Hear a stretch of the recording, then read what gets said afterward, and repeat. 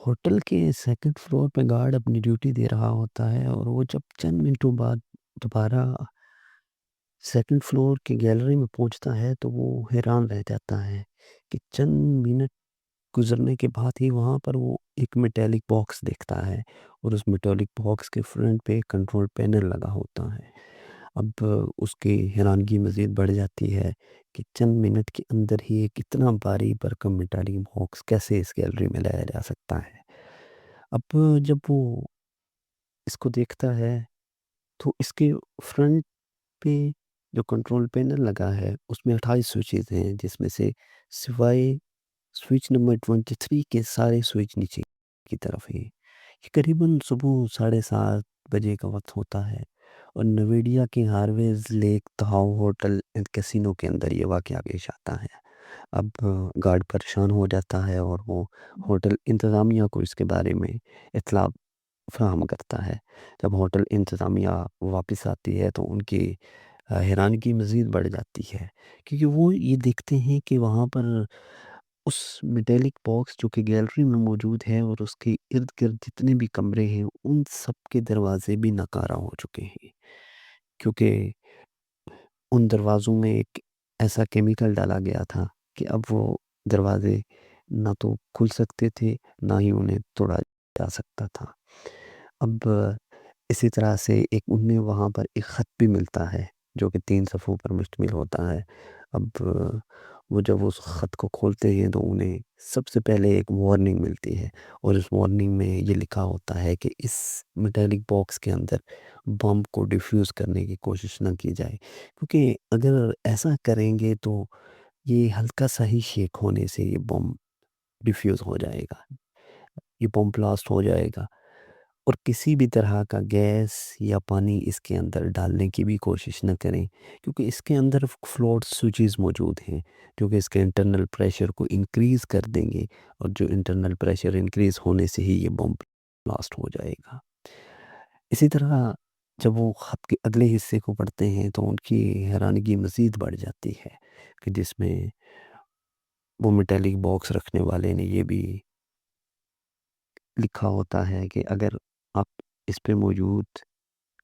Control panel کے سکریوز کو اگر موو کریں گے تو صرف 25% ہی آپ موو کریں گے تو یہ بم بلاسٹ ہو جائے گا۔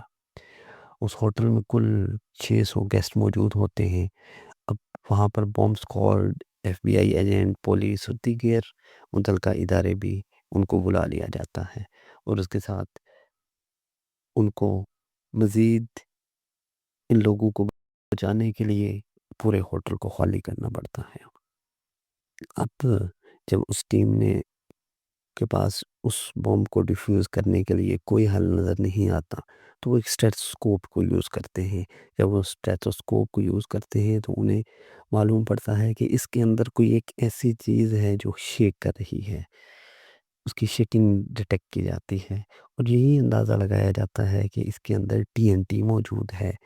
جو کہ قریباً 1200 فیٹ دور تک بلاسٹ ہونے کی صورت میں نقصان ہو سکتا ہے۔ اب ہوٹل انتظامیہ سب سے پہلے گیس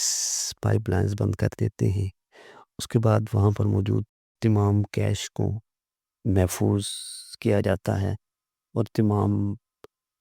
دیگر سامان وہاں سے موو کر دیا جاتا ہے۔ مگر سوال یہ تھا کہ وہ میٹالک باکس جس کے اندر بومب لگا ہے وہ رکھنے والا ایسا کرنا کیوں چاہ رہا ہے؟ اب انہیں خط کا اگلا حصہ مزید پراسرار بنا دیتا ہے۔ اس کے اندر اس کی ڈیمانڈ لکھی ہوتی ہے کہ 3 ملین یورو کیش کے ساتھ ساتھ ایک ہیلی کاپٹر کے ذریعے اس کی بتائی ہوئی جگہ پر یہ کیش پہنچا دی جائے۔ اب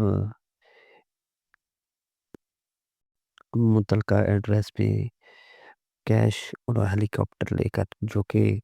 رات 11 بجے لیک تہاؤ ایئرپورٹ کی لوکیشن پر وہ چلے جاتے ہیں، اور خط کی بتائی ہوئی جگہ کے مطابق وہ وہاں اس ایئرپورٹ کے ایک فینس کے کارنر پہ جا کے کھڑا ہو جاتا ہے کہ جہاں پر ساتھ ہی ایک فون بوتھ موجود ہوتا ہے۔ کافی دیر گزرنے کے بعد جب جو جو کہ CIA ایجنٹ ہے اور وہ پائلٹ کے فرائض سر انجام دے رہا تھا. وہ اپنے ساتھ 3 ملین کی فیک کرنسی بھی رکھتا ہے اور اپنے کارپوریٹ کے پیچھے ایک گن مین کو بھی چھپا دیتا ہے. اس گن مین کو ساتھ لے جانے کا مقصد اس پائلٹ کی حفاظت کرنا ہوتا ہے. اب جب وہ اس فون بوتھ پہ گھنٹی بجتی ہے تو جو کو اس فون کو ریسیو کرتا ہے اور ریسیو کرتے ہی وہ اس کو بتاتا ہے کہ اس بوتھ کے اندر ٹیبل کے نیچے ایک خط موجود ہے جس پہ لکھی ہوئی معلومات اور ہدایات کو فالو کر لیں. کیونکہ وہ میٹیلک باکس رکھنے والا ایک شاطر انسان ہوتا ہے. وہ یہ نہیں چاہتا کہ اس کی لوکیشن کو ٹریس کر لیا جائے، اور اتنا کہتے ہی وہ اپنی فون کال ڈراپ کر دیتا ہے. اب ہیلی کاپٹر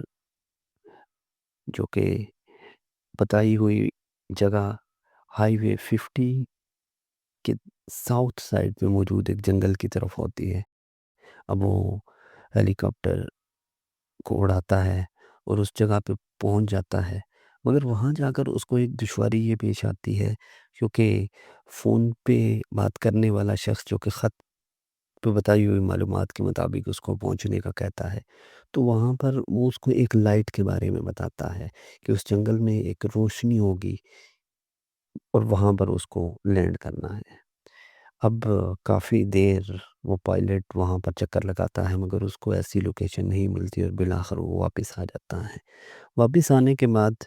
جب انہیں کوئی رستہ نہیں معلوم پڑتا تو وہ ٹی وی پر ایک میسج چلاتے ہیں اور تمام